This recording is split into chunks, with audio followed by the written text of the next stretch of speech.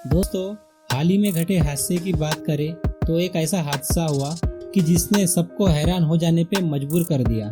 दोस्तों, एक प्लेन जो टेक ऑफ हो जाने के बाद उसके लैंडिंग गियर से एक पहिया खुलकर गिर गया था, जबकि प्लेन टेक ऑफ तो बिना दिक्कत के कर गया था। लेकिन दिक्कत ये थी कि अब बिना पहिए के इसे लैंड कैसा कराया जाए, क्योंकि बिना पहिए के प्लेन को लैंड करवाना यानी मौत को गले लगाना था। लेकिन बिना लैंडिंग के हवा में भी कब तक रह पाते, लैंड भी करवाना जरूरी था। ऐसे में पायलट ने क्या किया और क्या हुआ इस प्लेन का अंजाम, चलिए जानते हैं। दोस्तों, ये कहानी है एक बंगाल के मरीज की जो अपने लंग्स में हुए इन्फेक्शन की वजह से सीरियस था। इतने सीरियस होने के बाद वहाँ के डॉक्टर्स ने सर्जरी करवाने का फैसला किया, लेकिन की जाने वाली सर्जरी कोई आम सर्जरी बिल्कुल भी नहीं थी। इसलिए डॉक्टर्स ने मरीज को प्लेन से मुंबई शिफ्ट करवाने का फैसला किया और साथ ही मरीज के साथ 3 लोग, एक डॉक्टर और 2 फ्लाइट के क्रू मेंबर थे और ये सब एयर एम्बुलेंस से उड़ान भरने की तैयारी करने लगे। और इस प्लेन को उड़ाने वाला पायलट काफी एक्सपीरियंस पायलट था और साथ ही प्लेन का साइज भी छोटा था, क्योंकि वो एक एयर एम्बुलेंस थी, जिसकी वजह से इस प्लेन के विंग्स का फैलाव भी कम ही था, जिसकी वजह से इसमें बहुत ज़्यादा फ्यूल कैरी नहीं किया जा सकता था। और कहीं दूर जाना रहा तो बीच में कहीं एयरपोर्ट में इसमें दोबारा से फ्यूल भरवाना ज़रूरी होता है, तभी ये अपने मंजिल पे पहुंच पाता है। और इसी बात को ध्यान में रखते हुए पायलट ने डिसाइड किया कि मुंबई पहुंचने से पहले प्लेन को रिफ्यूलिंग के लिए नागपुर में लैंड किया जाएगा, जहां से फ्यूल भर के वापस से मुंबई के लिए उड़ान भरी जाएंगी। ऐसे ही प्लान के मुताबिक सब ठीक चल रहा था और तो और नागपुर में सक्सेसफुली लैंड भी करवा दिया गया। इसी के साथ प्लान के मुताबिक फ्यूल टैंक फिल कराया गया और सब कुछ सेट करने के बाद लगभग आधा घंटा हो जाने के बाद प्लेन नागपुर से मुंबई के लिए उड़ान भरने के लिए तैयार हो गया। और साथ ही एयर एम्बुलेंस जिसमें वो मरीज था उसको लेके आसानी से नॉर्मली टेक ऑफ कर गया। प्लेन के अंदर मौजूद मरीज को लगातार ऑक्सीजन दिया जा रहा था और ऑक्सीजन की किल्लत मुंबई पहुंचने तक होने वाली नहीं थी और सब प्लान के मुताबिक नॉर्मल ही था। लेकिन अचानक नागपुर एटीसी से पायलट को कॉल आया तो उसके बातें सुनकर पायलट घबरा गया। दरअसल उन्होंने कहा कि आपके प्लेन का कोई हिस्सा टूटकर गिर चुका है और वो क्या चीज़ है, हम उसकी सर्चिंग में हैं। और यहीं पायलट भी परेशान था कि एक्चुअल में क्या चीज़ टूटकर गिरी है, क्योंकि प्लेन का कंट्रोल सिस्टम सही वर्क कर रहा था और ना ही कोई अलार्म सिस्टम साउंड कर रहा था। ये सोचते हुए पायलट ने अपनी उड़ान को कंटिन्यू रखा और वहीं दूसरी तरफ नागपुर के एयरपोर्ट पे खोजबीन की गई और उन्हें एक प्लेन का पहिया दिखाई दिया। ये देख के वहाँ के कर्मचारी जल्द ही समझ गए कि ये मुंबई की तरफ जा रहा एयर एम्बुलेंस का पहिया है।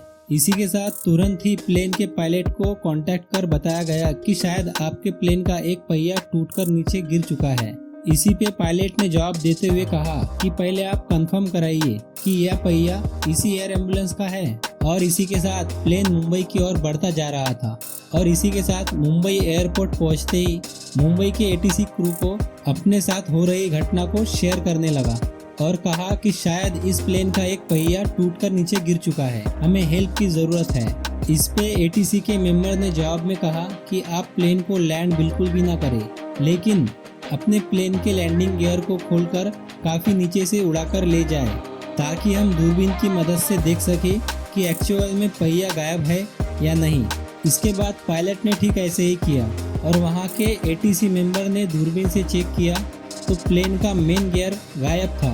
आफ्टर दैट प्लेन के पायलट को कंफर्म करा दिया गया कि आपकी प्लेन का पहिया वाकई में गायब है। एटीसी क्रू मेंबर की बात सुनते ही पायलट समझ चुका था कि अब उन्हें बेली लैंडिंग करनी पड़ेगी।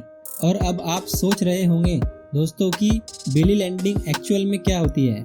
आपको बता दें दोस्तों कि जब प्लेन के लैंडिंग गियर खुले नहीं या गिरकर टूट जाए या लैंडिंग गियर में कोई सीरियस प्रॉब्लम की वजह से उस वक्त बिना लैंडिंग गियर के प्लेन को लैंड करवाना होता है। सिंपल शब्दों में कहें तो बिना पहिए के प्लेन को लैंड कराना होता है। इस तरह की लैंडिंग कराते वक्त सबसे बड़ा खतरा ये होता है कि प्लेन पर पायलट का कंट्रोल बिल्कुल ना के बराबर होता है, क्योंकि उस वक्त पायलट को अपना प्लेन कंट्रोल करने के लिए पहिए होते ही नहीं है।